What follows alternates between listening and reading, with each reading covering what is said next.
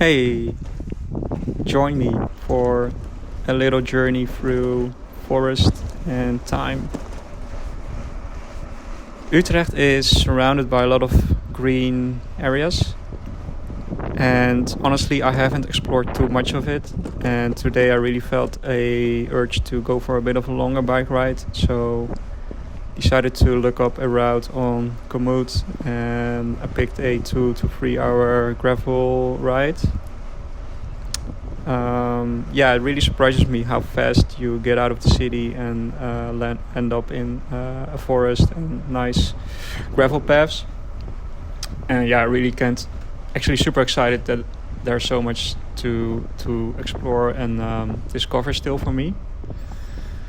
But first of all, making a stop at the local supermarket here to get a snack and a drink. We're actually staying at another place, so we are babysitting the cat that we used to take care of. I might explain more on that in another video. So picking a snack here, and I was a bit picky. The snack was not too bad. I think making a choice there was reasonable, but the drink definitely took a bit longer. I picked up a muffin. Just a very plain one. And then for the drinks I was looking for kombucha, but couldn't find any, so I had to come up with a plan B. Considering all the options here. Also considered the wine, but thought, okay, now let's not do that. And then saw this lemonade, and that seemed alright, but checking some of the other options too still, and then in the end decided to go for the lemonade.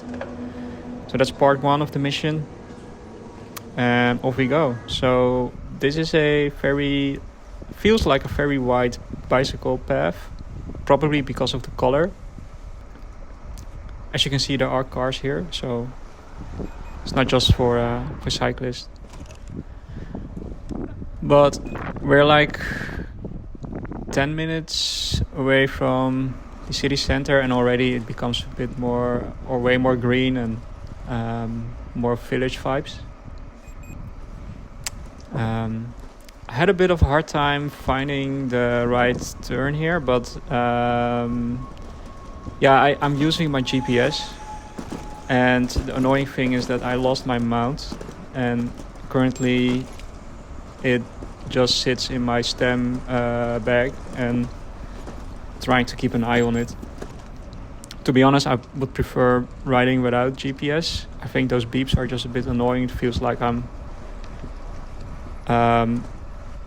forced into a certain direction, which is obviously the point, but I hope at some point I can just find my own way around a little bit more. Or even just wandering around without an actual destination is also something I would recommend to do. And what I would like to do myself a bit more as well.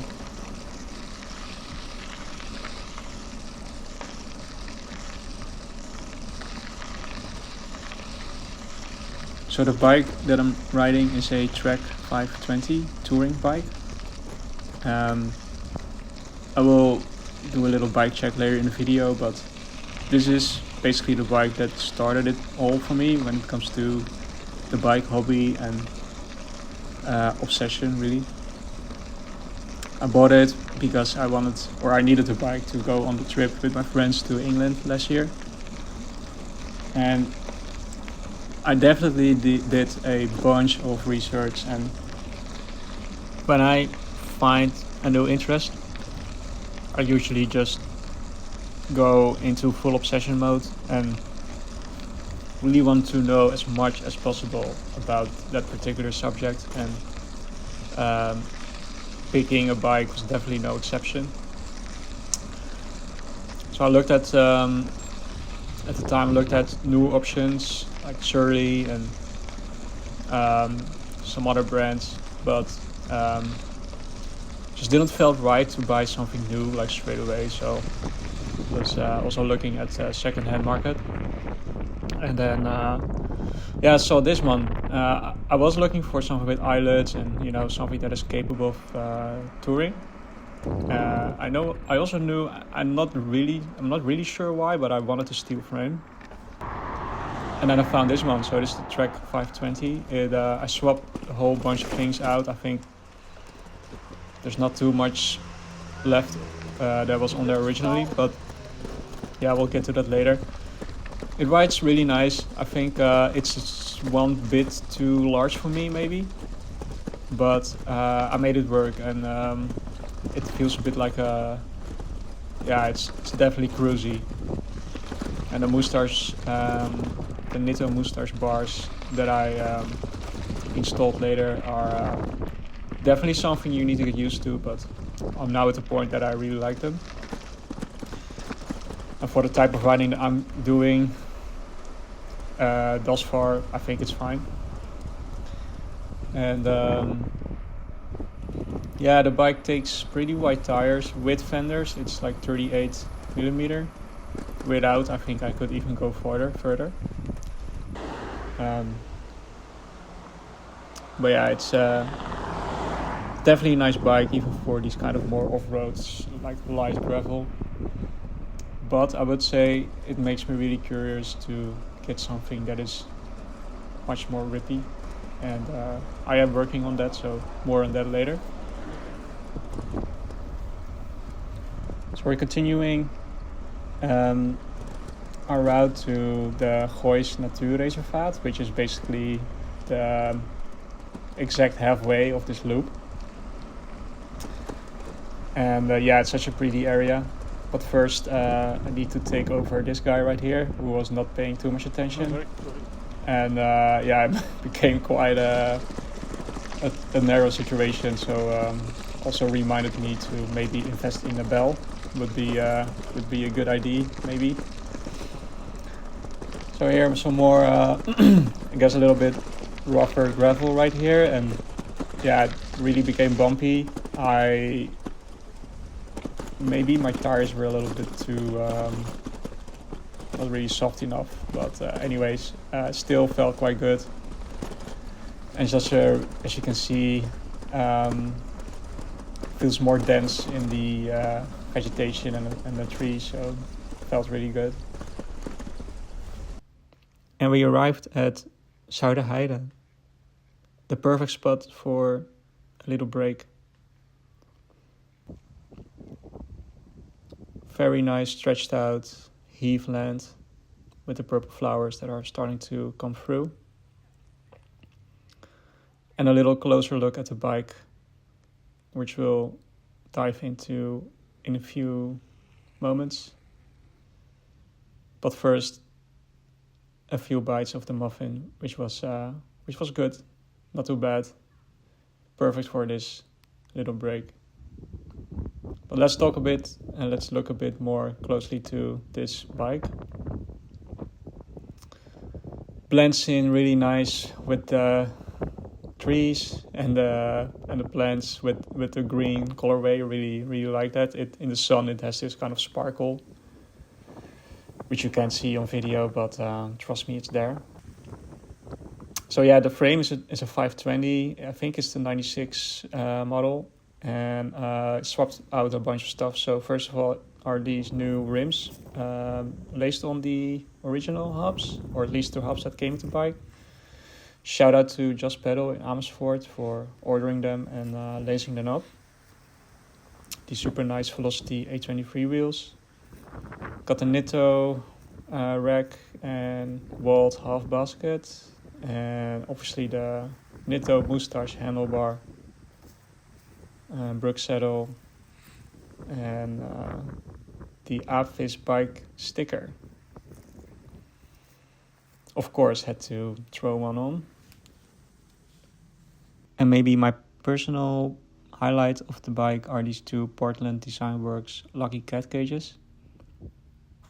And recently got this bag, super nice Wizard Works bag, to go in the walled basket, which was part a gift by my lovely friends. And now, ladies and gentlemen, we will have a little time traveling experience. Same plane, different day, and this time joined by my brother-in-law. We see each other regularly on family occasions, but it's really nice to catch up together on a bike ride. And we did one last year, and this is the second time. And we should definitely do this way more often. But very grateful to be able to spend this time together again. We're riding both of my bikes now. He really needs to get a bike, but we are having a lot of talks about that.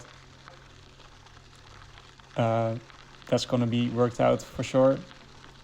So Sean is from the US, and together with my sister and their son, they are living in Amsterdam.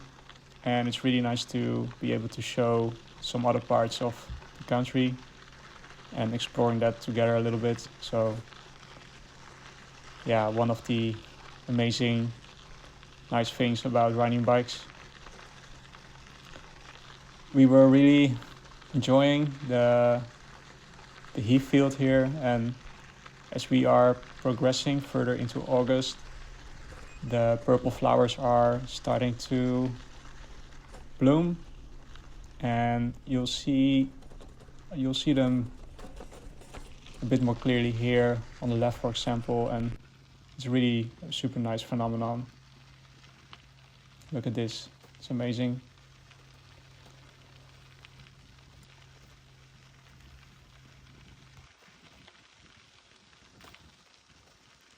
We're heading for the second part of this loop back into the city, and I'm just gonna leave you with the riding scenery, starting with this majestic cow that was grazing here between all the purple flowers. I really hope you enjoyed the video, enjoyed the last part of it, and I'll be back soon with another one. Take care. Peace.